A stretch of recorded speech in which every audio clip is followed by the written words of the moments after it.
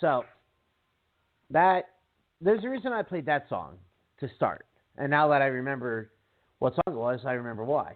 That is the music of Federated. The members of Federated, Mr. Martinez, Ace Romero, VSK, the unpredictable Jay George, they're all going to be at Tier 1 tomorrow night. They're going to kick some ass. They're friends of the show. We love them. Well, I love them. And hope everybody... Did you just imply that I don't love them? I know, because that's rude. I'm sorry. That's fine. But, I don't know three of them personally, so to say that I love them would be a little weird. Especially if I said it like, I love you from a distance, VSK. I do. See, now I can never meet the man in person because I've just ruined it.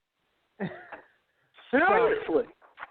All right. So, by the way, every time I go to Chipotle and then I hit the restroom like 20, 25 minutes later, I play that Russell Crowe soundbite. Oh my Lord.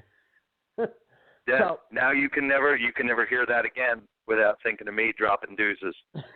That's how it goes. Welcome to the Power Hour, ladies and gentlemen. I'm Colin. That's JP. We got a big show for you tonight. We're going to talk UWA Elite, last month's UWA Elite versus the World, Volume 2 show. We're going to talk about UWA Elite Living on the Edge. June 4th, we're going to talk about Tier 1 coming up Friday, tomorrow. We're going to talk about CTW Fight Cystic Fibrosis 2, and during that segment, I got a big surprise for JP. JP does not know. Yeah, you know what's going to drive you nuts, JP? Yeah, you know what's going to drive you nuts? But here, Ronnie, you want to know what? No. I'm going to drive you crazy, JP. Oh my Lord. Ronnie has known since yesterday. Really? You tell my business. Ronnie's known for almost 24 hours. And he hasn't said a word to me, so. Not a word. So that's all going on, but apparently, JP, I'm ceding the floor to you to start the show. Apparently you got some housekeeping to take care of? No, just some stupid information here. Like before I logged into everything, I went onto YouTube and I wanted to watch Gangnam Style. Don't ask me why. I wanted to watch the video to Gangnam Style. Of course. Do you know that video on YouTube has almost 2.6 billion views? Yes. Why? It's not even the most watched video in the history of YouTube. What is? I don't want to be the bearer of bad information. But if my memory serves me correctly, the list of most... Oh, I'm sorry, it is. Yes, I thought so. I'm sorry, 2.575 billion. Number 2 is See You Again, Wiz Khalifa featuring Charlie Puth from last year's Fast and Furious movie. Blank Space is 3rd. Uptown Funk is 4th. Hello is 5th. Shake It Off is 6th. Bailando by Enrique Iglesias is 7th. The Wheels on the Bus by Little Baby Bum is 8th. It's not a music video. I don't know what the hell it is. Dark Horse is 9, and Justin Bieber's Sorry is 10. And I'm pretty sure 2 through 10 don't even have the amount of views that number 1 has. Oh no, the top 24 videos ever in YouTube history all have over 1 billion. So yeah. Get the fuck out of here. No, I'm serious. 1, 2, 3. Three of them belong to Justin Bieber. 3 of the top 25. 2 of the top 11 belong to Katy Perry, and 2 of the top 6 belong to Taylor Swift. Holy shit! I just clicked on the Wiz Khalifa See You Again with Charlie P. 1.7 billion.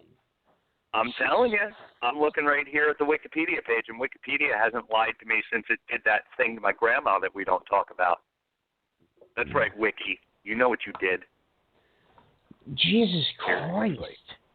Here's the thing that's shocking. YouTube's been around forever, right? I mean, in terms of our generation, every video in the top 25 has been out since at least it has only been released since 2010 and on. Every video in the top 10 has the number one is July 15th, 2012 was the upload date for Gangnam Style. Everything else has been released in the last year and a half, in the last 2 years or so, 2014, 2015. So they've gotten 1 billion hits plus in under 2 years. Y'all need lives. I go on the YouTube. I mean, how many times can one person listen to Adele sing Hello? How many times? Like, seriously, Yeah. people. Now, I will say I did like that song "Rude" by Magic, and that's number 30. I did like that song a lot. Magic, like in Fat Boys Magic? Like, I'm wearing a shirt right now. No, as in that "Why You Gotta Be So Rude, I'm Gonna Marry Her Anyway" song. Oh. I like that song a lot. That's number 30. That's got 908 million views. People, get going. It needs 1 billion. Like, I wonder if they get may or may anything not for get getting there. 1 billion Well, all views you got to on. do is get, as of right now, all you got to do is get 92 million more people to watch that video, and they'll get to 1 billion. I wonder if they get anything for getting 1 billion fucking views. Like, Jesus Christ. I mean, popularity. I want to put out a video that makes 1 billion, gets 1 billion hits. All right. Can you sing? No. My name Can may you be dance? John Mayer, but I can't sing for shit.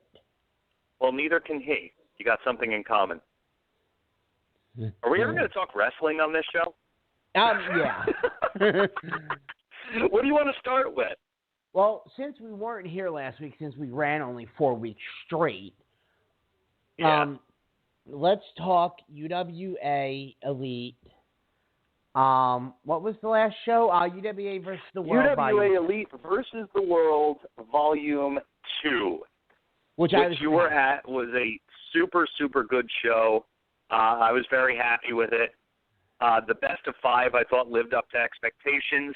Those matches being Drake Chambers versus Anthony Gangone, Bose versus Sonny Kiss, Kyle the Beast versus Sozio, Joey Adams versus Kevin Bennett, and Shawn McNellis versus Matt McIntosh. I thought those were 5 very good matches. I thought the UWA guys really came to play, and I loved the World team. I really thought that they stepped up. I loved all 5 matches, but this is what I've been wanting to say about UWA on this podcast for a month or 2 now. Nothing bad, but I'm on commentary for UWA Elite.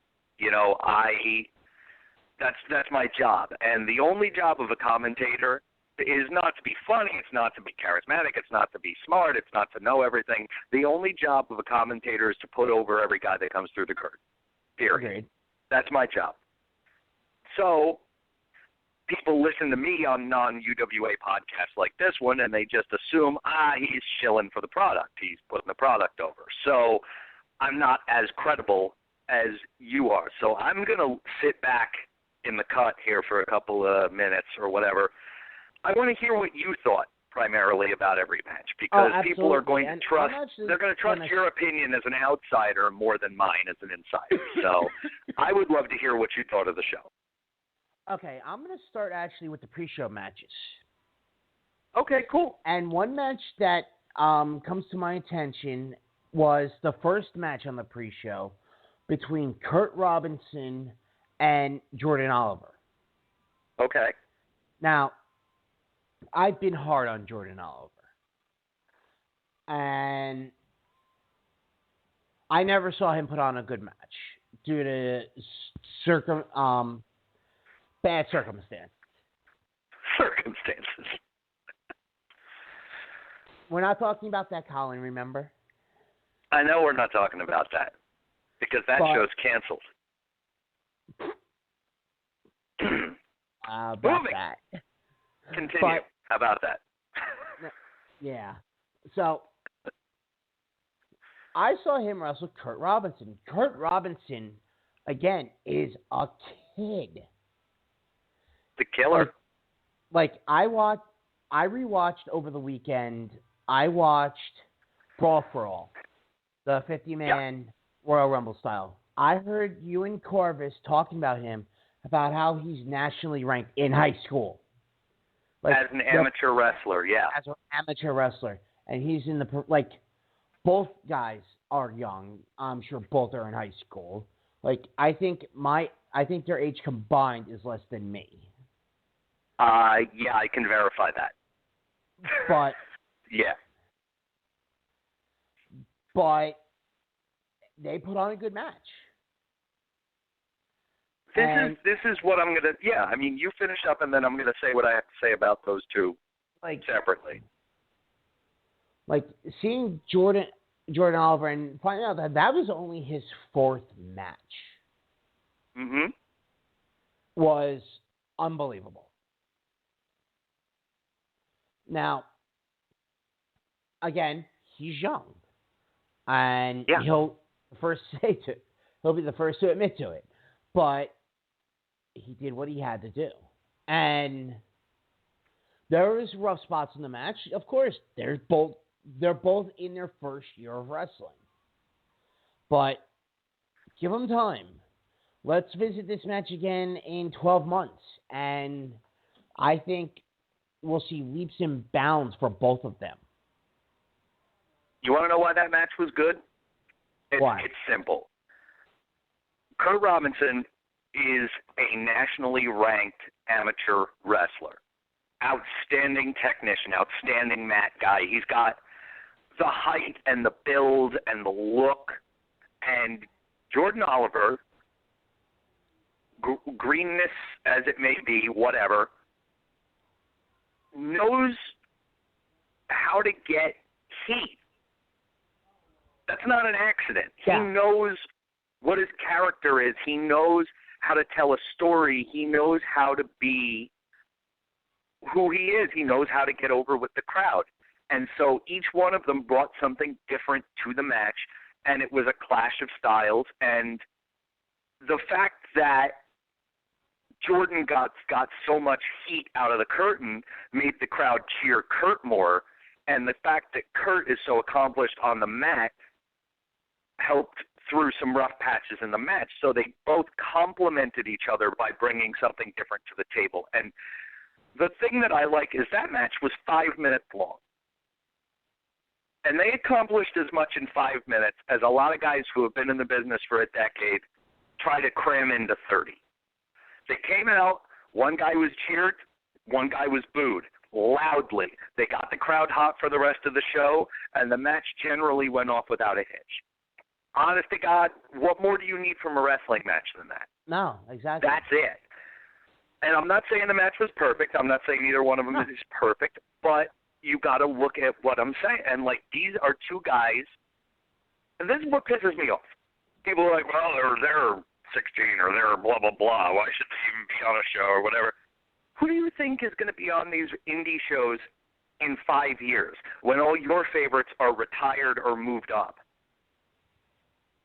Are you not are you not going to be cool? Everybody that you love now was them. Yeah. Everybody that you love now was Jordan Oliver, was Kurt Robinson, was Vinny Pacifico, and I love Vinny Pacifico, by the way. I will go to the mat for that kid. Seriously, and I mean that as a human being too. I will go to the mat for that kid.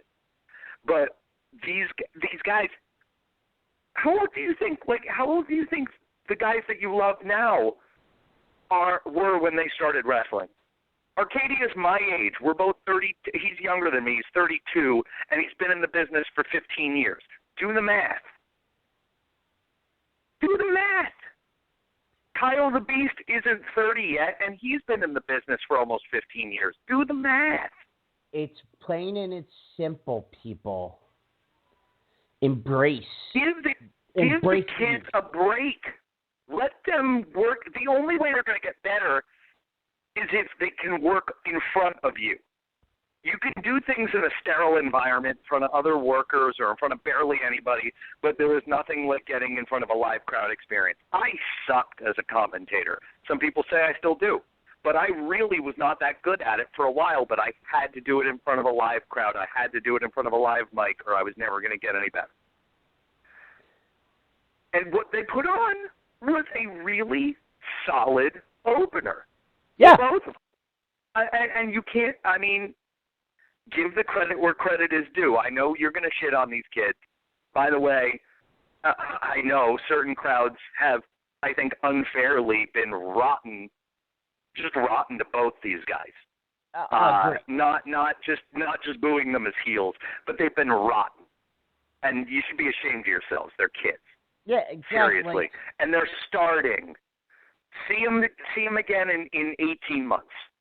And see where they are, and then you'll all jump on the bandwagon, and I'll flip you off. Truth be told, Colin, and I'll even present this to Dave Swan in 1 year's time. Rebook that match. Rebook that match. Why not? With a more experienced Jordan Oliver and a more experienced Kurt Robinson. And I'll tell you what. Look, he wasn't on that last show, but we'd had him through too. Watch out for Kid Christian. He's another kid around that age, very new, but very savvy beyond his years in some very interesting ways. Watch for him too. I am very impressed with the professionalism and the modesty of these kids. What you don't see is Kurt, and I'm not lumping them all in because Kurt, of course, is a dojo student, and Vinny Pacifico's over at Warriors, and Christian's at Wrestle Pro, and Jordan's in New York. What you don't see is how modest and how humble these guys are behind the scenes, and the fact that they want to show up early. They want to show up early to help set things up, to make sure everything is okay. Do you know, Jordan Oliver, I talked to him yesterday or 2 days ago. He doesn't know I'm going to say this. He had a booking this Saturday. He was going to show up to the venue 7 hours before the fans were let in. A good 3-4 hours before call time. Hours before any of the quote-unquote old pros showed up, just in case they needed anything. And so he could get some work in. This is what I'm saying. Kurt's the same way, and Christian's the same way, and Vinny's the same way. And if the kids are coming at it the right way, if they're coming into this business humble and hungry with no attitude, Kurt Robinson's got every right to have all the attitude in the world, how damn good he is as an amateur wrestler, but he's got none. He's got none. No, these are nice guys. Cut him some frickin' slack. You sit there and you eat popcorn. What the? Sorry, I can't get into that. Like, they will only get better because their attitudes are great, and they're working hard, and they've all shown notable improvement from 6 months ago. So God knows in a year where they're going to be. Yeah, and like with Kurt, he was just in Best of the Best this past year. One of CZW's biggest tournaments of the year, besides Tournament of Death. And that was as a representative of Dojo Wars, by the way, which, if you're looking for a wrestling fix during the week, I can't tell you how great. Dojo Wars is such a unique, cool experience.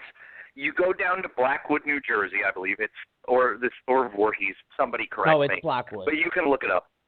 Is it Blackwood? Blackwood, New Jersey. And it's the CZW students and some of the main roster and some other guys that they bring in out of independent wrestling. It's $5, and you get like a low-key private wrestling show. Yeah, it's like Brandon and Bull just wrestled on there a couple weeks ago. Yeah. Seaway was just there. Mike Seaway from the Bro Team Pack. And I mean, these guys and guys from main roster come work the shows. The Gulags, Matt Tremont, Joey Janela, Sozio is neck deep in Dojo Wars. MLJ's there. Like, there's a real air of professionalism about the thing. And you get to see guys on the come up from down there, guys and girls, I should say. You know, you got Kurt Robinson and Eddie Blackwater, and I shouldn't say Eddie probably, but you got Blackwater, and you got Kurt Robinson, you got Kefka. I'm going to leave some people out, and I'm so sorry. George Gatton, Brittany Blake, Penelope Ford. I mean, Cannonball's there all the time, and it's just such a cool environment. Frankie Picard was and is there. I mean, that whole idea. I was talking to Vinny Pacifico on the UWA Elite podcast last night. I don't know how we got on this tangent, but I just want to talk about, like, these schools that are pumping out really good, not just good wrestlers, but guys who have, and girls who have the right attitude. And the CZW Dojo and the Warriors of Wrestling Training Academy are both so freaking rock solid right now. They really are. You know, just everybody that I've met that is going through both of those as students right now, I'm so impressed by. As humble, hardworking human beings that want to get better and want to make a mark on the business. Like, I really am impressed by them. Yeah, and you want to know something? Two of the nicest people I've met, I don't know if they were students at Warriors of Wrestling, but they currently wrestle for Warriors of Wrestling, one of which being their heavyweight champion, Rude Boy Riley, and the other... Oh, absolutely. Yeah, Riley's a homegrown product of Warriors of Wrestling, and he will tell you as such. Rude Boy, I love the dude. I can't tell you the level of love I have for him. A couple of years ago, as recently as a couple of years ago, he was a referee. People don't, he was a referee. He was training. And he decided that he wanted to do a bunch of stuff. He got into ridiculous shape.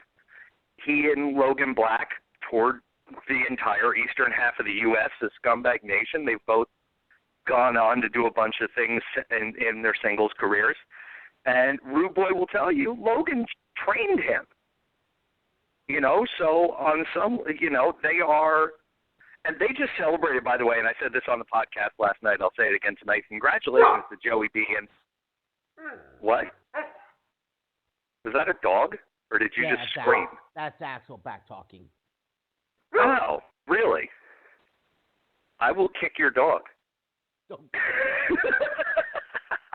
Don't interrupt me when I'm on a tangent. But anyway, the Warriors of Wrestling just celebrated their 100th show, which is a huge accomplishment in independent wrestling, especially for a company and a promotion that is staying in one place and trying their damnedest to run a show every month and put on a great product, and they do. And for the amount of homegrown talent they've been able to spin out and, what they've been able to build there, I think that's a hell of an accomplishment, Yeah, that's huge. Are you dead? Are you there? I'm trying to calm my dog down. Well, that's does he not know? Does your dog not know that we're in the middle of something professional here? He doesn't care. See, this is why dogs, spoiler alert, are not people. Stop it with the dogs being people thing. And, well, he's such a kidder. He's got a great sense of humor. He's a fucking dog. Basically. But so let's get on to the rest of what did you think? Obviously, we got off on a huge tangent about the future of the business here for a couple of minutes. Just kind of so we don't get stuck on one show, just kind of give me your perspective on either each match briefly or the show as a whole. I would love to hear what you have to say about it. The show as a whole, I thought was great. My personal favorite match was match 3 of the UWA Elite versus the World, Kyle the Beast versus Sozian. It was great. Just that finish, a power bomb into an alley-oop into a half crab. that right there was just shit. I know. It's ridiculous. It's ridiculous the things that Kyle can do physically, and it's ridiculous the show that Sozio can put on professionally. So the two of them together was a really good match. I loved Drake Chambers, Anthony Gango to open the main show. I thought that was great. I just would have liked to not have the cheating at the end with Gango and putting his feet on the ropes. I hear you. You know, that's all up to interpretation. A lot of people do feel like, you know, a dirty finish kind of takes away from a great match, but sometimes it's, you know, it's how the story needs to be told, for lack of a better word. I also know that you were pleasantly overwhelmed by the match between King Tech and Arcadia. Yes, I thought that match was insane. Well, I got news for you. If you're coming back on June 4th, you're going to see them in a rematch at UWA Elite Living on the Edge in a last man standing match. Now, that right there. You know, it's very rare. It's very rare in indie wrestling. It's very rare in indie wrestling that one match can sell a show. I feel like this one can. Nothing against anybody else. That's a great show, and we'll get into that card in a little bit. But just the build has been so proper, and these guys work so well together. Man. But with the last, like, the things that those two did to each other in this match, imagine what they're going to do in the last man standing. No, I don't want to. I really don't want to. It's going to be disgusting. No, we can put over Steve Scott at the end of the UWA thing. So at the end of this UWA review of UWA Elite versus the World, we will play this week's installment of JP and Colin put over Steve Scott. So stay tuned for that. Thank you, Steve Scott, for the message. We haven't forgotten. Do you have the really bad audio bumper? No, I don't. What are you doing? Oh, hold on. I spent like 42 seconds on that I will never get back. Hold on. All right. So, what else do you want to talk about in terms of UWA Elite versus the World? Anything in particular? There was not a match I did not enjoy on that card. I feel the same way. I really do, in a nonpartisan kind of way. There are some shows that, I mean, look, I have to reserve judgment. I got to come in it as a professional. I'll say that twice. But some shows are better than others. That's just the way of it. Some matchups are better than others. I thought that holistically this was UWA's strongest effort of the year so far. And probably their strongest effort since the fair last year, which is a hell of an experience. And if you haven't been, coming up in August, UWA Elite, every year, as they are every year, is at the Middlesex County Fair every day, 3 to 5 shows per day, including a huge super card at the end of the week on Saturday. So that is just awesome. And it's free with your fair admission. So you pay $7 to get into the Middlesex County Fair, which is huge, and rides and 4-H and this and bands and live music and awesome food and vendors and food trucks and trapeze artists. And I'm not making any of that up. That all exists. And lions and tigers and bears. Oh my. Oh my. And Civil War reenactors. And then you get free wrestling. And it's not just UWA Elite guys. Last year, Joey Janela came and worked at the fair. Steve Scott came and worked at the fair.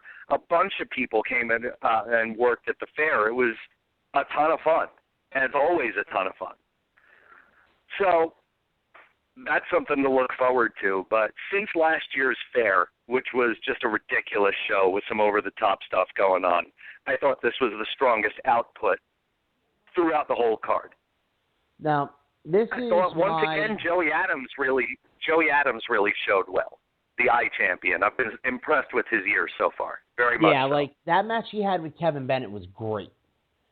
Well, they've been friends for going on 10 years. I would hope so. and it delivered. You know what I love about Joey is that match was really strong, and he was disappointed in it because he thought it could have been better. So that's who Joey is. So man, oh man. Now this is my third UWA show since the first one I went to in November. I went to Last Breath, I went to Luck of the Draw, and now I went to UWA Elite versus the World. I would put this one as show 1. Okay. And then I would do Last Breath at 2, and then Luck of the Draw 3. That seems about fair. If I had to grade Luck of the Draw, I would give it a 9. Cool. And the only thing that is, oh my Lord. I knew you were going to see it eventually. So for those of you who can't see JP Mayer's Facebook feed right now, you don't want to what has happened behind the scenes of the podcast is that Steve Scott messaged us and said, it's time to do the Put Over Steve Scott segment. And I said, send nudes and I'll do it. And Steve Scott has proceeded to put up the most insanely lit picture of a wrestler who shall remain nameless. I got nothing. Oh, man. And it gets me every time. Oh, God. It could be worse for you, JP. What if I told you I was in the locker room when that picture was taken? Oh, my Lord. 2013 Sportsplex years. It's a good time. So, yeah. I think before he posts any more incriminating bullshit and stuff that makes us gag, it may be time to do the Put Over Steve Scott segment. What do you think? And I don't have the bumper. Oh, my God. Do I have to do everything around here? Seriously, it's going to sound terrible. It's going to sound terrible because it's going to come through my speakers into your ears. Let's see if I can find it. All right. I think we might have something here. Guess what time it is, kids?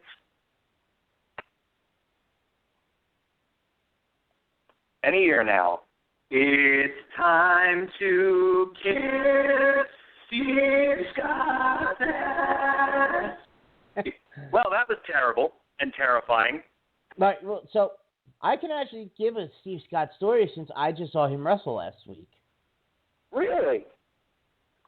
Yes. Last Friday. Okay. Last Friday at Breed Championship Wrestling in Queens, New York.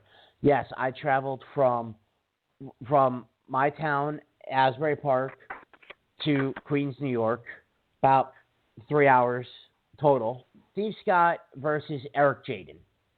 They started the match with a quote-unquote sex off. Like, oh, yeah? I have put it up on my Facebook. It was definitely quite interesting. But it took... Then they started low-blowing each other, which I'm like, okay. Steve Scott then hit something very innovative. He hit a coast-to-coast, and he did it while taking a selfie, which I thought was fucking great. The fact that he landed the coast-to-coast while taking the selfie, picture perfectly, I thought was awesome. But then Eric Jaden's valet, Allie Gray, got involved. And Steve Scott proceeded to super kick her. And he didn't miss. You heard the kick, and I was just like, oh, Jesus. And then Eric... You were like, what? I was like, oh, Jesus. Ah. I thought that's what you said. And then Eric Jaden took another low blow at Steve Scott and rolled him up for the 3, which I thought it was a good match. The whole sex off I could have done without, but after the match, me and Steve, we took our selfie as we've done for the last 3 years at every show that we're at together. Really, I really should get a contemplation. I just totally screwed that word up. Of all of the selfies that we've taken and do a video to them.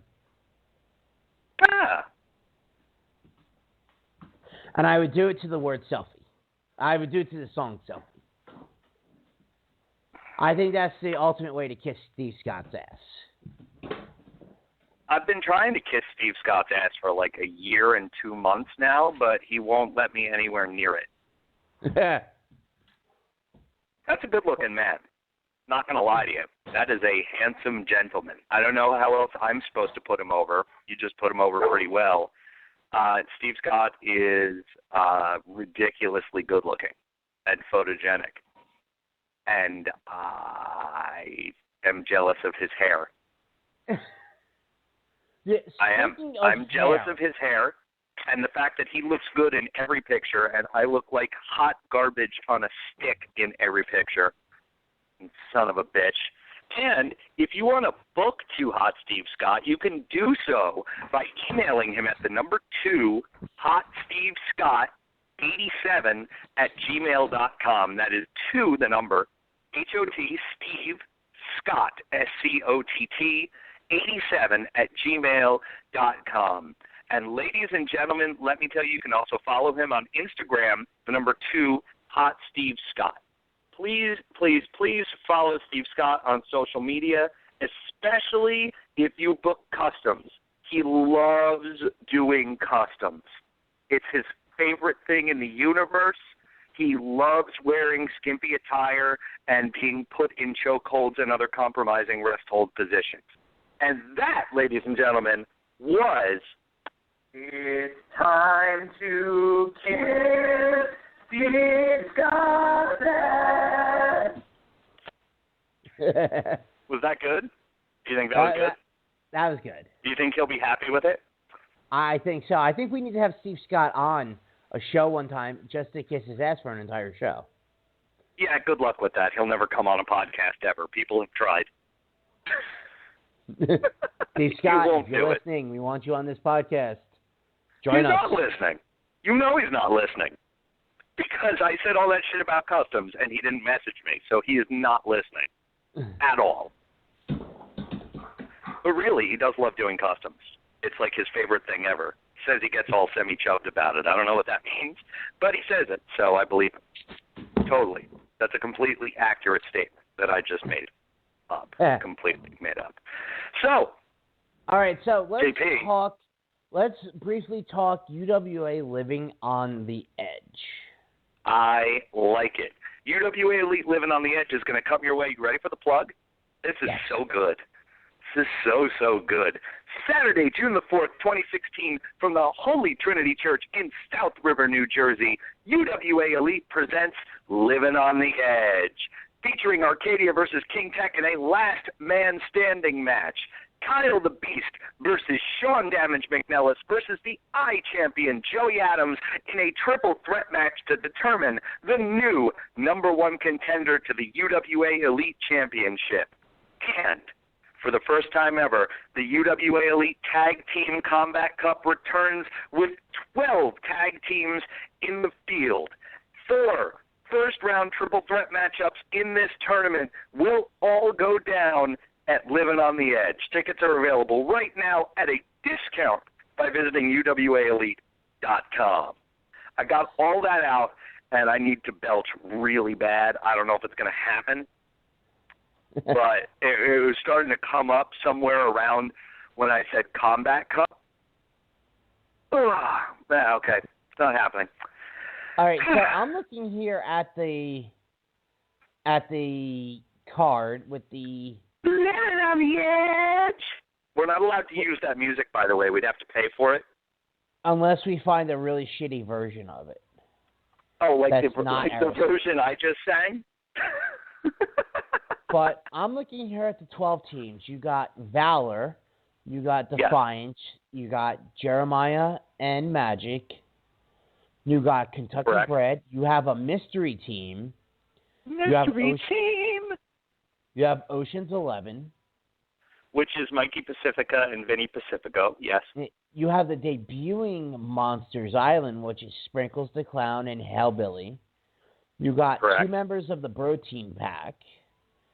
And here's the team that I've never even heard of, which is Perfect Strangers. Oh, you're going to love them. You are going to love them. The one guy looks like Paul Rudd, which is good enough. But he does look like Paul Rudd, right? Like, Andros the Greek looks exactly like Paul Rudd. It is kind of crazy, especially in that picture. But they are a tag team out of Warriors of Wrestling, and they're giving it. Do you remember the sitcom Perfect Strangers? Oh, of course. With Balky Bartakoulis. It's the same kind of deal. Andros the Greek is an off-the-boat immigrant from Greece trying to assimilate into, like, American culture, and his partner is kind of plays the straight man to all his crazy antics. It's really, they're very entertaining. Look them up. They're very, very entertaining. Yeah, and then the last three teams, you have the Rogues, Cannonball, and Kirk. You have Fit to be Tied, which is Smiley, and I don't know who his partner is. Smiley and Mike Grassa, who's a very, very accomplished tag team partner of Smiley's. They've tagged before. And very good wrestler. He does a bunch of stuff up at RWA. He's got a cool little feud going on with Jack Connor up there. Shout out to Jack Connor. Fit to be Tied is kind of the Psycho Lucha Smiley and Mike Grassa coming out in his straight jacket, and that's who they are. They are fit to be tied up like they're in a sanitarium, a mental asylum. Yeah. And then the other team is the Power Guns, which is Chris Powers and Tommy Guns Corbin. Yes, you're gonna. Nobody's ever gonna say Coburn right, ever. Nope. Nope. Oh man. So the deal is that after a bit of a losing streak and kind of losing his self-esteem and confidence and whatever, Tommy Guns Coburn, got himself a new friend in Chris Powers, who is legitimately a Hollywood stuntman, has been on Gotham and Limitless and Daredevil. You can see him. He's on all of those. From there, the story goes that Chris Powers landed a role as a stunt coordinator and stand-in stunt double on an Asian B-type movie called Maximum Danger, and had Tommy come with him, and they liked Tommy so much that Tommy has kind of was given a pretty featured, prominent role in the film. So Tommy Coburn has transformed himself a bit into Asian film A-lister. Sweet. He's huge in Thailand, JP. Nice. He's huge in Thailand. So, also, on top of those matches, we have Lucas Finnegan taking on the other third of the Bro Team Pack, TJ Blade. Yes. We have Drake Chambers taking on Bose in another contrast of styles. Yes. Now, I don't know if this is a match for the tag team belts or not, but you got the Unstoppables. As of right now, I can answer that for you. As of right now, this is a non-title match. That may change, but as of right now, has been set as a non-title opportunity. Okay, so UWA Elite Tag Team Champions, the Unstoppables, Brendan the Bull, John Rome with Jay Wise in their corner, taking on, and this is like a mini reunion of sorts. All we need is Corvus to come out dressed in a... And Trooper. Where's Trooper? Yeah, all we need is Corvus and Trooper. Yeah. We got Nico Sozio and Nicholas K. And if you guys don't know what me and Colin are talking about, in CCW, in a group that was led by Sozio and Nicholas K, they had the front. Yes. It was Biff Busick. It was Sozio. It was Nicholas K. It was Eric Corvus. it was Trooper Autobomb, and at the end it had Ryan Gallione in it. And the story is that the front grew to prominence in kind of a mob mentality and elevated Sozio, who had scratched and clawed his way through the company for damn near a decade, kind of put a suit on, kind of changed the way that he operated, and Sozio elevated himself with this group to the CZW World Heavyweight Championship. So Sozio and Nicholas K is not some makeshift tag team. It is a reunion. It is a reunion of the front, if you will. So the Unstoppables, John Rome, Brandon the Bull, are not just facing two very talented guys slapped together. They may be facing their most dangerous test since the Rogues. Yeah. Now, also, the only other thing that you haven't mentioned yet, UWA Elite Champion Hedges will be in action at this show. Rumor has it on my level that he will be issuing an open challenge at Living on the Edge. And it's going to be interesting because I look at the active roster, and pretty much everyone, I should say everyone that was available from the UWA Elite roster is already booked for this show. So I am wondering if it's someone from UWA Elite's past. I'm wondering if it is someone from the UWA Elite versus the World Volume 2 from Team World who won their match, or I'm not sure who this is. I don't know who's going to even be available to answer the open challenge. And JP, pulling back the curtain a little bit, I'm not just telling you a story. I legitimately don't know who it is. I have no idea. Could it be somebody from UWA Elite's past? Could we maybe see a Brian Brass? Listen to you, speculation McGee. I honestly don't know. I got to be perfectly honest with you. I would love that. I would love it. And I've heard his name tossed about a bit, especially since he did show up to see some of the guys at the last show. Yeah, I did see Brian Brass. I don't think it is. I don't think it is, only because I know Brass. I know his personal life and taking care of a newborn and his schedule and his wife, and I know he's got a lot on his plate right now. Trust me, when a little bit of stuff is off his plate, we very may well see Brian Brass again, and trust me, I will be the first one to shake the man's hand because I miss having him in that locker room. I do. He's just such a quality dude. But now, yeah, see, even your dog thinks so. Now, yeah, it's like I've been watching old UWA stuff, so Have you? Yeah. Now, okay. Well, then you know Brian Brass never got his rematch against Hedges. You are? That is what's making a lot of people think. Hedges defeated Brian Brass for the championship last year and never received his rematch. Yeah, because Hedges went into a feud with Joey Adams. Right, and Brian Brass went into, full-on new dad mode and took some time for himself. But I will tell you right now, the man can beat anybody. He's that good. I'm always impressed with him. I'm going to throw some other names out at you that you should think about maybe. I don't know who it is. I'm just going to throw a couple of names out there. Mike Quest. Haven't seen him in a little while. Cypress, haven't seen him in a little while. Might as well put the whole Paramount out there. Eddie Thomas, we haven't seen him in a minute. We could see, who knows, maybe Dave Swan has decided to reward one of the two men who won for Team World. It could be Sonny Kiss, could be Anthony Gangone, could even be Matt McIntosh. It could be you. I'll tell you who it's not. It's not me. I'm not crazy. But, there is one other name that you haven't thrown out yet. Okay. He sits right next to you. Really? Eric Corvus, you think? That might be why Eric Corvus. That might be why Eric Corvus has not said anything about it, because Eric Corvus usually knows these things before I do.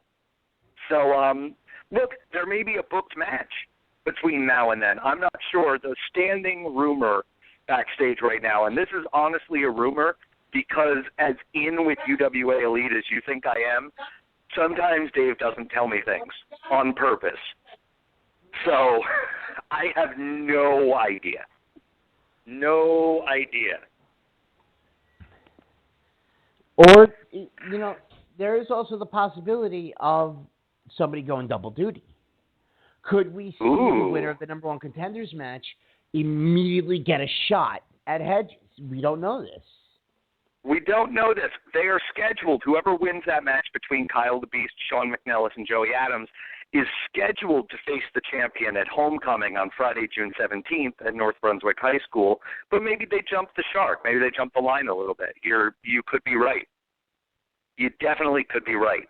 I am going to throw out one more relatively interesting name and then move on. And that name is Robbie Roller.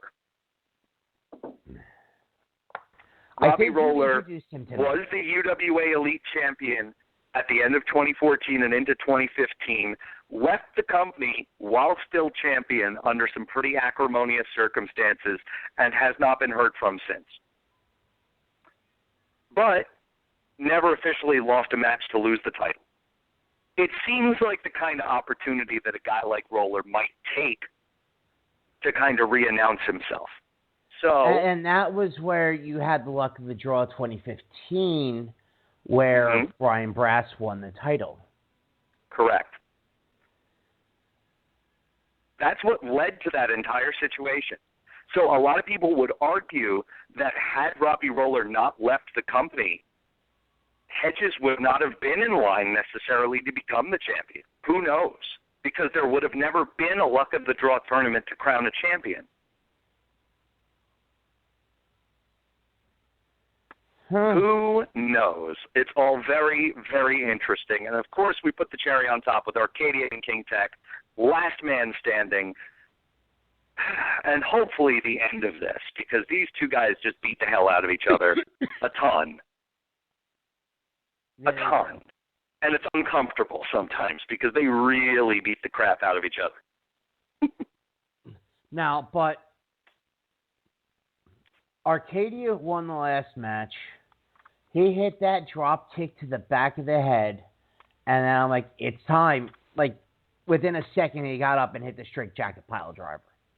I mean, what else do you want me to say? It's a completely accurate statement. Completely. Man, oh man. So that's all coming up June the 4th. But, JP, coming up August 27th, CTW Fight Cystic Fibrosis Part 2. And I promised you. My surprise. I promised you a couple of weeks ago that, one, when the show happened, I would announce the date on the show, and I did. And two, I told you that I would do a live roster announcement on this show first, and that I would give you the jump on the first officially booked matches. I haven't even put these matches up on social media or the CTW website yet. All right. They are not, you will be, and whoever's listening will be the first people to know that these matches exist. So why don't you jump to break, like we always do, and we'll come back. Are we going to go off live, or are we still going to be live for listeners? I changed the show. I extended it to 90 so we could stay live. Perfect. So let's throw to break for a minute. Throw on some music. I will get myself squared away, and from there, I will tell you everything that you need to know about CTW Fight Cystic Fibrosis 2, and I will give you your surprise. All right, cool. So we'll be back in about a minute or two. Cool. All right, and we are back. Are we? Are yes. any of us ever really back? Existential crisis. I'm having one right now. I'm not, actually. Seriously, I like to sound smart. I don't even know what one of those is. So, if you're on a Facebook kind of thing right now, why don't you go ahead and look for CTW Charity Wrestling Fight Cystic Fibrosis 2016. The event page is up and live. I'm telling you right now, you got to get in on this, and I'm going to tell you why. Because we are coming at you live from the Knights of Columbus, 775 Washington Road, Parlin, New Jersey, Saturday, August the 27th. The doors will open at 4:30 p.m. for an exclusive fan fest. Nobody knows this yet. Everyone on the show will be available for that entire 2 hours. Buy their T-shirts, get autographs, meet the guys on the show, meet the gals on the show, have a good time, and join Eric Corvus, who will be hosting a No Mercy tournament for N64. Oh, I'm whooping everybody's ass. You're not getting D-Lo. Everybody plays as D-Lo. Nah, fuck that. Is that my surprise? But we had such a good time. We had such a good time playing that over at his house a couple weeks ago that I said, Corvus, you got to bring this out for the people. There will be a live N64 No Mercy tournament at Fight Cystic Fibrosis 2 before the show starts, and the Knights of Columbus has a bar with beers on tap. So take advantage of that. We will also have merchandise available from Funkenstein Wrestling Superstore and from Bulldozers Collectibles. So there's going to be a ton to do. Tons. So tell me, Sound fun? Colin, who's going to be at the show? Ooh, I'm going to be at the show. You're going to be at the show. I'm going to be at the show. So, Ronnie's going to be this is your exclusive CTW Fight Cystic Fibrosis roster reveal. We've done things a couple of different ways in the past. We have, filled the show up with a bunch of really good talent, and then brought in one or two super big names, and then we've done shows with a bunch of indie talent. And the show you saw in South Amboy last year, the CTW at the Live from Alley Clark Field.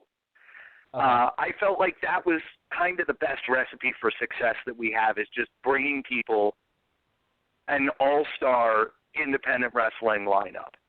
Is bringing people the very best that I can bring together from the tri-state area and a little bit beyond, and just giving people the very best wrestling show possible. I should also let everybody know this is not a gimmick, this is not BS, this is real. I'm not making a dollar from this. Everybody that's helping me out, not making a dollar from this. A lot of the guys are working this show for much less than they generally would ask for. Everybody's being very generous about this, and I'm grateful for that. And once we hit zero, as in once we get back to even, which should happen very soon this year, maybe even before the show, every penny that comes in the door goes to the Cystic Fibrosis Foundation. Every last one, 100%. There's no games, there's no scams, there's no BS. And to prove it, I'm not even making the donation directly this year. CTW as a company and the Knights of Columbus of Parlin are partnering to make the donation together. So everything will be cross-checked and cross-referenced. The guys over at the Knights of Columbus and the Columbian Council will see all the money coming in, and they'll know exactly how much is there. So there will be an official count, and that is the donation that will be made. No funny business, no money disappears, no money accidentally gets lost somewhere, nothing. If you come in and you choose, and I'm grateful, to spend your hard-earned money to buy a ticket to fight cystic fibrosis, your money goes to cystic fibrosis, period. And that would be the Cystic Fibrosis Foundation's Greater New Jersey chapter, which is based in Parsippany, New Jersey. Christine was at the show last year, and hopefully she'll be at the show again this year. So now I'll get into the roster. I just wanted to be very clear with anyone listening that there's no smoke and mirrors, no funny business, no Cody Rhodes theme song. Smoke and mirrors! Your money goes where we tell you it's going to go. So thank you. So why don't I just do this in alphabetical order? So we might as well start with a number, right? Yeah. Let's start with the number before the letters. Too Hot Steve Scott will be at CTW Fight Cystic Fibrosis 2. I'm not going to say that too many times because I can't say cystic fibrosis. I can't say That's it. a tongue twister. I can't say it. Steve Scott is listening. Steve, you're not coming? Okay, Steve said he's not coming to the show. All right, Steve Scott is not coming to fight cystic fibrosis because he hates charity work. Oh, what's that, Steve? Oh, you are coming? Okay, great. That sounds fantastic. Steve Scott loves charity work. And I love Steve Scott. He's an awesome dude. Too Hot Steve Scott will be at Fight Cystic Fibrosis. My right-hand man, I got to be perfectly real with you, behind the scenes, I couldn't do this show without Arcadia. Arcadia will be at Fight Cystic Fibrosis, and I will get into who he's wrestling in just a little bit. And you're going to be very interested in that match. Arcadia will be there, as will Azriel. Azriel, the good guy himself, will also be at CTW on August the 27th. We talked about him from UWA Elite earlier, one of my favorite flyers, and yours, one of yours as well. Drake Chambers will be at CTW. You enjoy Drake Chambers' work, as do I. Steve Scott would like to wrestle you, by the way, JP. That's the match he wants. Are you going to give it to him? Can I publicly accept the match? No. Damn. But I can tell you that. No. See, I would feel bad. You're priceless, buddy. I can't do that. I can tell you. Oh my God, me versus JP in a selfie off. Steve Scott says maybe we'll do that pre-match or post-match. But I will tell you, Steve, if you're listening, I will tell you in a matter of minutes exactly what match you are going to be involved in at CTW, and I think you're going to love it. On to the fifth guy on this roster. Things get a little serious. The Dirty Daddy Chris Dickinson will be at CTW for the first time. Now, making his return to CTW, he was there last year for Fight Cystic Fibrosis 1. The man is just very widely regarded as an outstanding technician and a great wrestler. Fresh off a 2015 tour of Japan, 2CW alumni Jay Freddy will be coming down again. I don't know who that is. Fight Cystic Fibrosis. You will. Look up Jay Freddy. Outstanding individual. Just an outstanding wrestler. Speaking of guys coming down from upstate New York, you ready for a little Super Cop? Oh. We're bringing back Dick Justice, buddy. Dick Justice is coming back to CTW. You excited? You ready? You happy? Yes. I know you are. And we're doing something very special with Dick Justice this time around, and I'll let you know in a couple of minutes. TNA legend, former Ring of Honor world champion, the notorious 187 Homicide will be at CTW on August the 27th. Oh, very, very You want to keep things serious? Straight from the woods. Kyle the Beast will be at CTW August the 27th. Nice. Yeah. Rex Lawless and Blake Morris, the team of Flawless and Lawless, either separately or together, but both halves, Blake and Rex, will be at CTW. Some of Long Island's finest. Blake Morris, Rex Lawless, representing NYWC down at CTW. JP, one of your personal favorites. How would I say this? I don't know how to say bad. Oh, okay, yeah. La Manzana Mala. The Bad Apple, Matt McIntosh. How do you like them apples? CTW. How do you like them apples? Seriously. You feel like going to a boot party? I always want to go to a boot party. Good times only, man. TJ Marconi will be at CTW. How about a multiple heavyweight champion? Me? Yeah, but well, no, you're going to be there. Okay. I'm talking about the Warriors of Wrestling and Tier 1 heavyweight champion, Rude Boy Riley, will be at CTW. Nice. And it gets better. I still got 5 names I haven't given you. 5 more names. 5. 5. The Rogues. Brandon Kirk, Jeff Cannonball will be at CTW. I wonder if Cannonball will invite me to his birthday party. I don't know. I feel like his birthday already happened or is going to happen, so maybe. Your dog doesn't seem happy with Jeff Cannonball. I don't blame him. He's not a fan of Cannonball. Fair enough. Sonny Kiss, the Concrete Rose himself, will be at CTW. That's my bestie.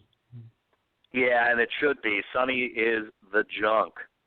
He's wonderful.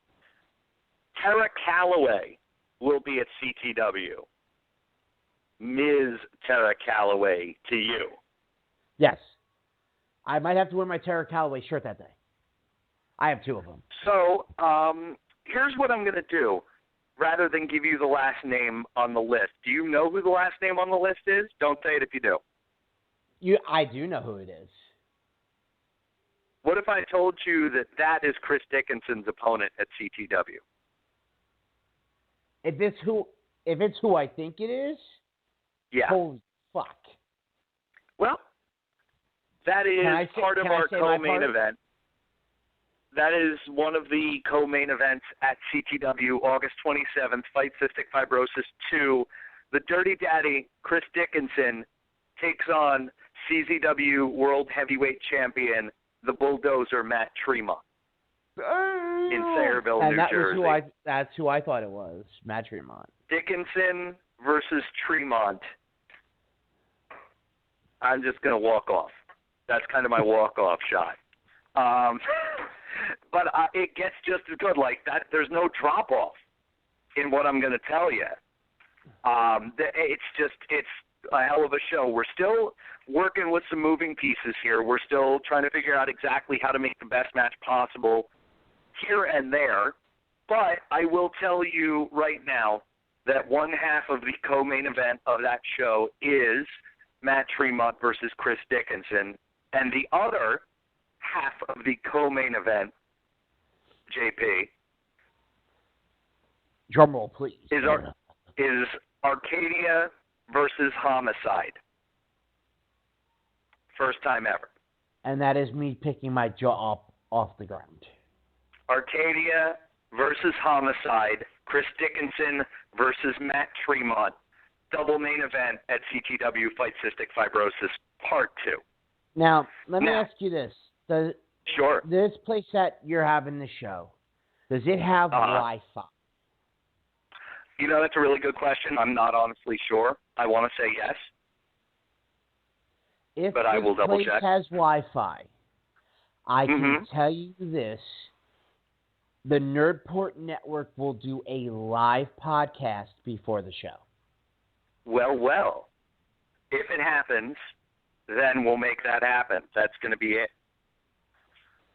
That sounds awesome. I'm thrilled with that. Now, speaking of thrilled, I finally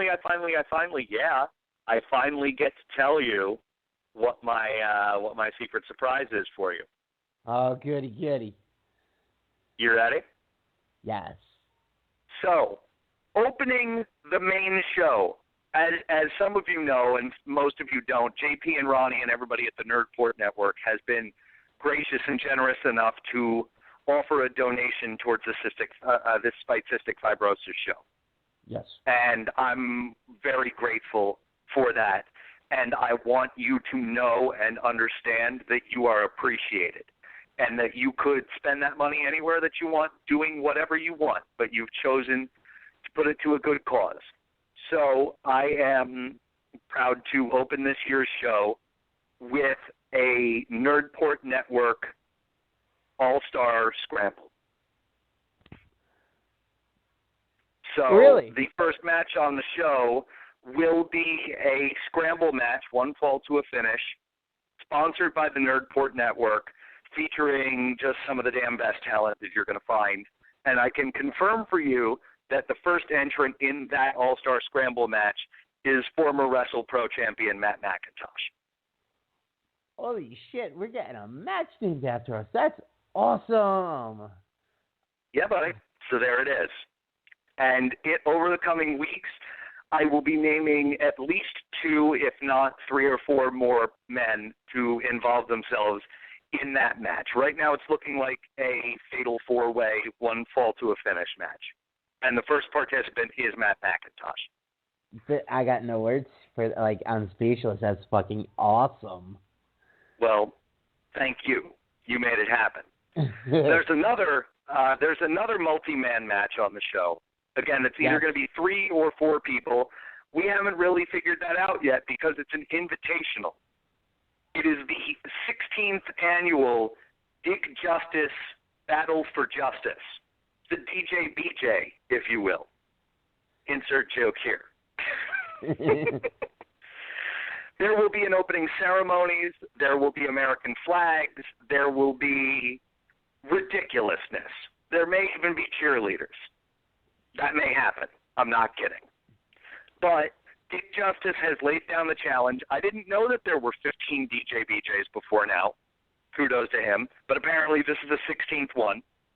The Dick Justice Battle for Justice is a 1-fall match to determine who is just the greatest right now. Past winners of the Dick Justice Battle for Justice include Kenta Kobashi, Mary Lou Retton, and Michael J. Fox.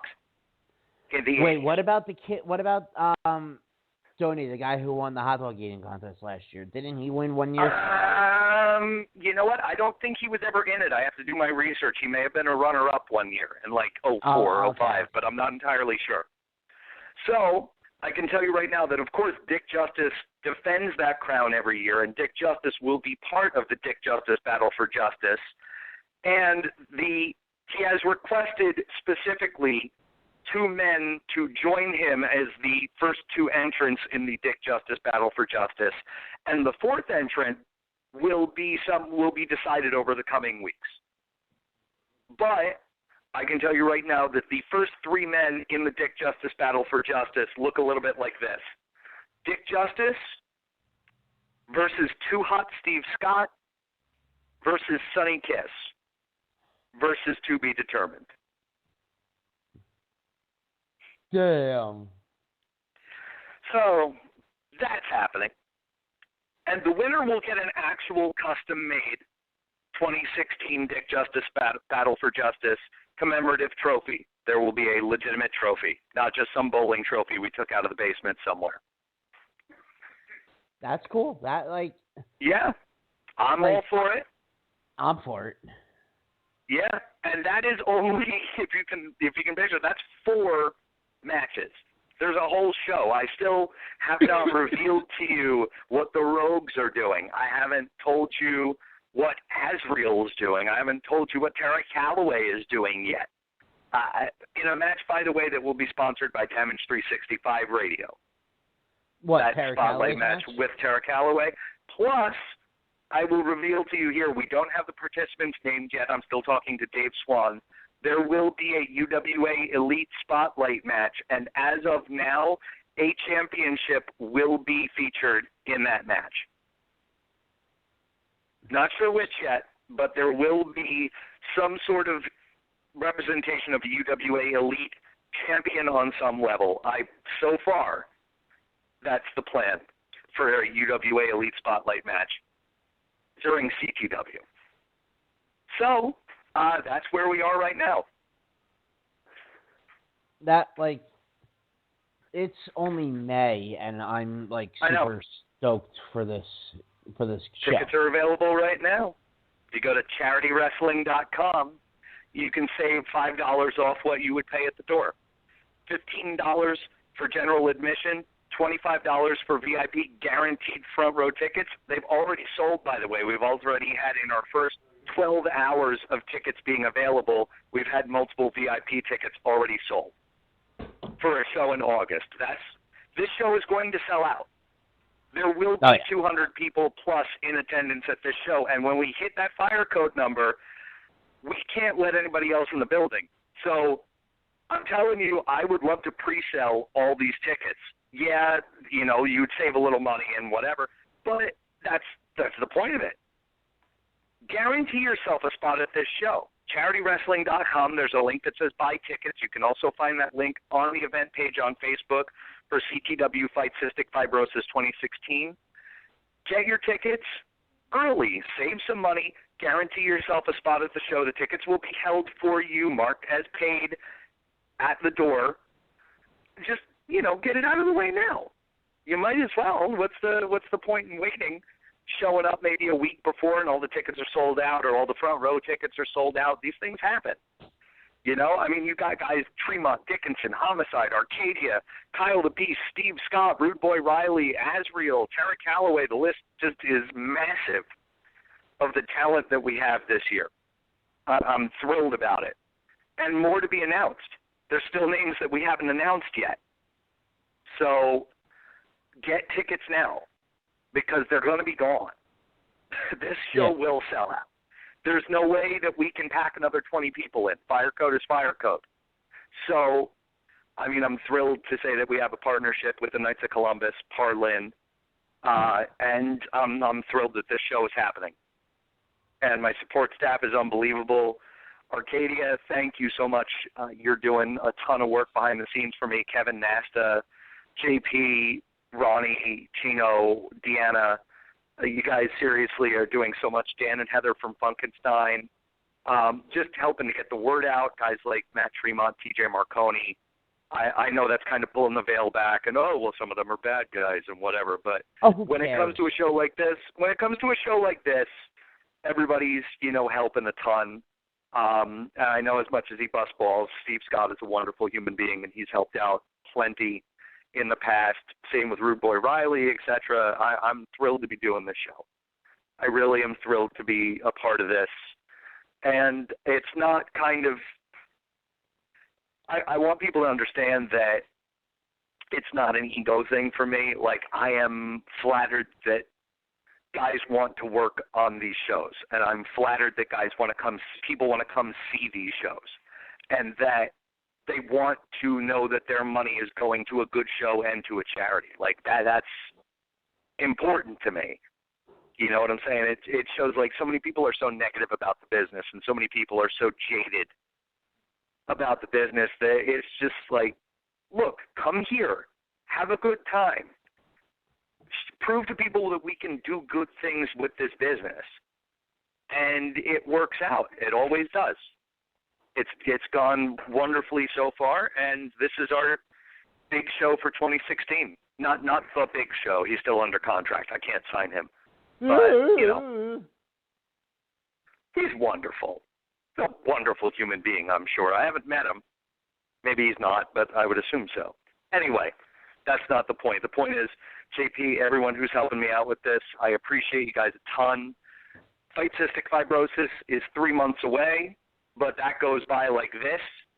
And, it'll be here before you know it. So CharityWrestling.com, pick up your tickets. Make sure you are not sold out of this event, which will sell out. That's all I got, buddy. Yeah, like, I'm actually posting it right now. Nerdport Scramble.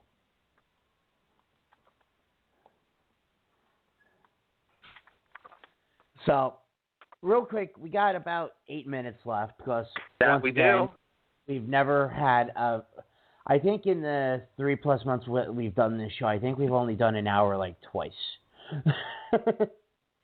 So, real quick, I'm pulling up the fantasy baseball. Right now, I'm in first place in our league, by the way. Like, me and Colin are doing a fantasy baseball league with our friend Justin, another fan of UWA Elite. And it also features Brandon Kirk, Danny DeMonto, Danny's girlfriend Jamie, Ricky I think Justin's brother, and another friend of Justin. Right now, I feel bad for Danny DeMonto because he's in dead last. But see, here's the thing about that. don't ever. That's where he is right now. You can't kind of. I don't trust that until it's over. You see what I'm saying? Right now, yeah. JP is in first, Kirk is in second, I am in third. I'm 5.5 games out of first, and it's a weekly style matchup. It's head-to-heads every week, so you face a different team in 10 statistical categories every week. So it's not like Roto where your stats accumulate over the course of the year and you can strategize when to sit and start. Everybody, you just need to rack up all of your stuff as quickly as you can. Like this week, my pitchers, Justin, are spanking that ass.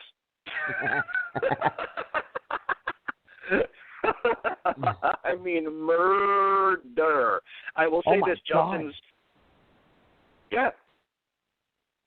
Supreme and it's funny murder. Because you only have 2 wins, but you have 37. But there's so many ties. There are 3 ties in the balance right now. Wins, saves, home runs. He's only 1 up on ribbies. I will say this. I was lucky enough early on in the season to get a jump on Trevor Story, the shortstop of the Rockies, before some other people. I will say that I did make some missteps. I definitely bit the bullet on A.J. Pollock, who hit the DL immediately. I did strike gold with Kenta Maeda, the Dodgers pitcher from Japan, who has been just lights out. Lights out. I'm relatively happy with my draft. I felt like a lot of guys, and correct me if I'm wrong, a lot of guys went relief pitchers really early and just stockpiled them. And I'm like, okay, that's cool. I'll just take everything else. Everything else. What? Like, I mean, my starters, for shit's sake, my starters are Madison Bumgarner, Steven Strasburg, John Lester, Vince Velasquez, Kenta Maeda, Sonny Gray, and King Felix. I mean, I'm in pretty good shape. All right, my starters are. Well, Clayton your team Kershaw. in general is pretty great. Yeah, like I have Clayton Kershaw, Garrett Cole, James Shields, who's pitching right now. Yes. Yeah, go ahead. Say Samardzija. It's Jeff funny. I have Samardzija. Samardzija and James Shields who are pitching against each other. I also have Edison Velasquez too. This is very interesting. Trending right now, the Pittsburgh Penguins, speaking of sports and wrestling, the Pittsburgh Penguins have a line of Carl Hagelin, Nick Bonino, and Phil Kessel. Hagelin, Bonino, Kessel, HBK. So the Pittsburgh Penguins have officially invited Shawn Michaels to Game 5 of the Eastern Conference Finals to cheer on Pittsburgh. Oh, God. I don't know if that's going to help. I really don't. I feel like Michaels is a Texas guy. I feel like he's not too big of he's probably not too big on hockey. You never know.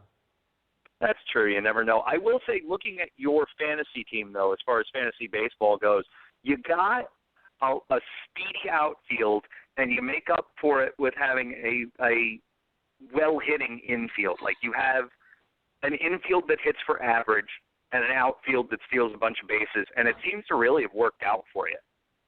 Yeah. Like, you got an outfield with Brett Gardner, Jock Peterson, Gregory Polanco, George Springer. Those guys will swipe bags for you. And then your infield, you got a bunch of guys hitting 290 or better. Elvis Andrus, Manny Machado, Robinson Cano. And Anthony Rizzo, your first baseman's got 11 home runs so far this season. I mean, and Elvis Andrus, I got later on in the draft, so I'm. You did. The only thing is he's kind of light hitting for you. I mean, I'll tell you right now, No, you're in first. Why would I do that? Funny because I only had one bad week so far. It was against me. Slaughtered me. I did slaughter you. That is an accurate statement. I slaughtered you like a lamb, like a helpless lamb. That makes me sound like a horrible person. Like a terrible, horrible person. All right, but we are down to the final 2 minutes, and I have gradually been losing my voice this entire show. Yeah. So what did we learn today, buddy? We have learned that I like UWA Elite. Yes. I really like CTW. Thank you. You're going to get the first ever Nerdport Scramble match in 3 months. Woohoo! I have a really good fantasy baseball team. And let's talk about the next 2 weeks before we do our plugs. But we are going to be back 2 weeks straight. It seems to be our thing. We run 3 weeks straight and then take a week off. That seems about right. Next week, we're going to talk JPCW with Kyle Cutts. And that's true. And the following week, 2 weeks from tonight, join us when we talk UWA Elite and we talk Tournament of Death with the final participant in this year's TOD, Jeff Cannonball. We'll be here in 2 weeks. So it's 2 great shows coming up back to back. JP, thanks for doing this again, buddy. Hang in there, feel better, and sign us off. We're about out the door. All right. With that being said, listen to all the shows on the New Report Network: Tuesday nights Wrestling Debate, Thursday nights Power Hour, over the weekends Blindside. Check us out on YouTube, Facebook, YouTube.com. The link is in the show description. It's called The Port on YouTube. If you can't listen to the show, Ronnie dubs it and puts it onto the YouTube channel along with some video games. Buy a shirt from us. Show your support. Go to teespring.com/stores/the Nerdport Network. I just bought a new shirt tonight, and it's actually in honor of our show, The Power Hour. As everything should be. But Ronnie's the designer there. He does a kick-ass job. Show your support. Listen to all the shows that support us: Shining Wizards Network, the Hot Tag Podcast, Midnight Jury, Turnbuckle Throwbacks. Just go listen to podcasts. And, okay, Ronnie did put a lot of new sound bites in here. So did he really? I'm gonna hit this button and see what it does. Okay. Happy May 19th, Kane. Yeah. Promotional consideration paid for by the following. Dude. Now now we got to get somebody to do an ad. Cool. I got to talk to Funkenstein. Get them to do an ad with us because we had talked about it. I'll plug them right now. The Funkenstein Wrestling Superstore are amazing human beings and wonderful people. Yes. Go to their store. Much love in Englishtown, New Jersey at the Englishtown Flea Market. And FunkensteinWrestlingSuperstore.com. We're in on-demand territory, so nobody can hear us anyway. Might as well sign it off, buddy. Yeah, I think it's time to go. So, Colin, until next week.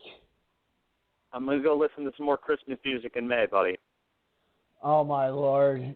I'm going to put Grandma Got Ran Over by a Reindeer on your fucking Facebook page. Why would you do that? That's not Christmas music. That's horrific. Okay. That's horrific. I got one I'm going to put on. Okay, I got one I'm going to put on your page as soon as we're done. So I'm not even playing any music. So I'll see y'all later. Bye, guys. Summertime is right around the corner, and so are the hot deals at your local AT&T store. Right now, AT&T is offering 2 Samsung Galaxy smartphones for one great price. That's like 2 ice cream cones with rainbow sprinkles for the price of 1. How cool is that? Plus, for a limited time, get up to $650 in credits per line to help you switch when you trade in your current smartphones and buy new ones on AT&T Next. And at your local AT&T store now through Sunday, enjoy hot deals on the latest accessories like cases, portable chargers, and Bluetooth speakers. So hurry to AT&T now for these great deals. It doesn't get any hotter than this. Don't wait. Visit your local AT&T store today. AT&T, mobilizing your world. Limited time offers. Each line and switch offer requires eligible port-in, trade-in, purchase, and service. Get minimum of $10 trade-in credit plus prepaid card and amount of device balance or early termination fee less trade-in. Fees, charges, and restrictions apply. Accessory offer at select stores. Exclusions and restrictions apply. See store for details.